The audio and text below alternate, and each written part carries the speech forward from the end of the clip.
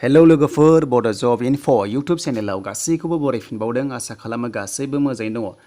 गोदान साख्रिनि आपडेट लाना फैदों लोगोफोर नोंथांमोना एचएस पास आरो डिग्री पास जानाय लोगो लोगो हौवासाफोर हिन्जावसाफोर गासैबो एप्लाइखौ खालामनो हागोन आरो पस्टआ दङ जुनियर एसिस्टेन्ट सिनियर एसिस्टेन्ट दङ आरो नोंथांमोना नायलांबाय थादो भिडिअखौ मोजां मोनोबा लास्टआव लाइक कमेन्ट शेयार खालाम गोदानै फैदोंबा चेनेलाव साबस्क्राइब खालाम। दा फै गोबाव खालामालासिनो जों जागायनोसै अफिसियेल नटिफिकेसन नायनोसै बेनिखायनो भिडिअखौ नोंथांमोना नायलांबाय थादो।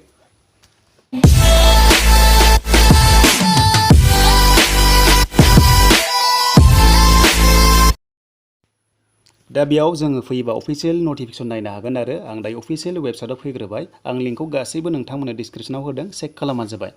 दा फै जों नायनोसै गोबाव खालामालासिनो अफिसियेल नटिफिकेसन डाइरेक्ट नायनोसै नोंथांमोना भिडिअखौल' जोबजासिम नायलां। नैबे जाबाय लोगोफोर अफिसियेल नटिफिकेसन बेयाव नुदों नोंथांमोना national board of examinations in medical साइन्सनिफ्राय फैनाय आरो निउ दिल्लीनिफ्राय बे एडभार्टाइजमेन्टआ दा बेनि एप्लाइ स्टार्ट जागोन नोंथांमोना नुनो मोन्दों दानिया एप्लाइ स्टार्ट जागोन बेयाव दङ 15 जुलाइनिफ्रायसो जागोन बेनिफ्राय लास्ट डेटआ दङ नै आगष्टनि 14 सिम थाहैगोन जोबोर टाइम होनाय जादों आगष्टनि 14 सिम थाहैगोन आरो एग्जामा जागोन अनलाइन बेनो जाबाय कम्पिउटाराव जागोन 20 सेप्तेम्बराव जागोन नोंथांमोना अनलाइन नोंथांमोना एग्जाम होनांगोन आरो दा बेयाव नायनोसै फै गोनांखौल' नायगोन नोंथांमोना पिडिएफ फाइलखौ डाउनलड खालामना लाबानो जाबाय गासैबो डिटेल्सखौ मोननो थाखाय दा मा नांगौ नै नोंथांमोना फरायनायखौ नायदो। दा फार्स्टआव दङ बे पस्टनि थाखाय सिनियर एसिस्टेन्ट दङ बेयाव नोंथांमोना एप्लाइ खालामनोबा बेनिफ्राय डिग्री पास जानांगोन जिखुनु जाया नोंथांमोना डिग्री पास जाब्लानो एप्लाइखौ खालामनो हागोन खुनु डिप्ल'मा नाङा आरो नोंथांमोना एक्सपिरियेन्सबो नाङा बेयाव बेनिफ्राय भेकेन्सिया दङ टटेल 8 दङ बेवहाय। दा नेक्स्टआव जों थाङोबा दङ जुनियर एसिस्टेन्ट बेयावबो पस्टआ बुरजा दङ 30 दङ बेयाव नुनो मोन्दों। दा बेयाव एप्लाइ खालामनोबा एचएस पास जानाय लोगो लोगो एप्लाइखौ खालामनो हागोन बेयाव बिनाय दङ फार्स्ट सिनियर सेकेन्डारि एग्जामिनेसन होनाय लोगो लोगो जों मिथियो हायार सेकेन्डारि पास जानाय लोगो लोगो एप्लाइखौ खालामनो हागोन बेनिफ्राय कम्पिउटार नलेज थानाय जानांगोन होनना बुंदों अब्लानो एप्लाइखौ खालामनो हागोन। दा थार्डआव दङ बे जाबाय थार्डआव दङ जुनियर एकाउन्टेन्ट दङ बेयाव पस्टआ 7 दङ बेयाव एप्लाइ खालामनोबा नायदो बेयाव डिग्री पास खालामनाय जानांगोन बेनिफ्राय साबजेक्टआ मेथ्स नङाबा स्टेटिक्स थानाय जानांगोन आरो बे गैयाब्ला नोंथांमोनाहाय कमार्सनिब्लाबो जागोन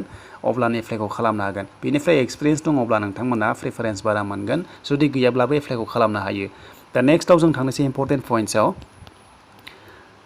दा बेयाव भेकेन्सिस नायदो बेयावहाय दङ जे कास्ट वाइज दङ आरो थेवब्लाबो एसटिआव गैयाब्लाबो नोंथांमोना आनरिजार्भ एप्लाइखौ खालामनो हायो। दा फार्स्टनि पस्टआव सासेबो गैया नैबे सिनियर एसिस्टेन्टआवहाय दानिया जुनियर एसिस्टेन्टआव दङ बेयाव 3 दङ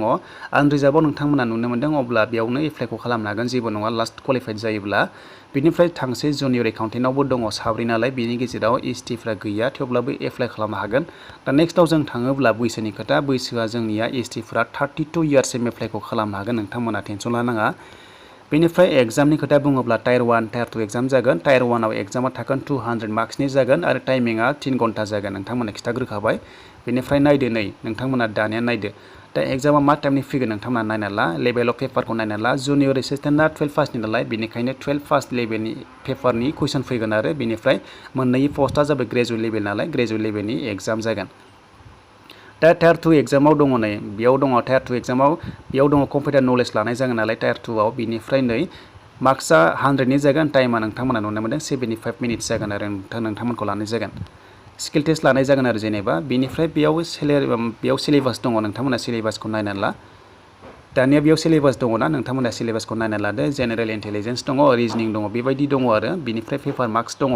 बेनिफ्राय नोंथांमोना बेखौ नायना लादो पिडिएफ फाइलखौ गासैखौबो डाउनलड खालामनानै दा एप्लाइ खालामनायनि लिंकखौ आं नोंथांमोननो होनोसै बबेयाव एप्लाइखौ खालामगोन।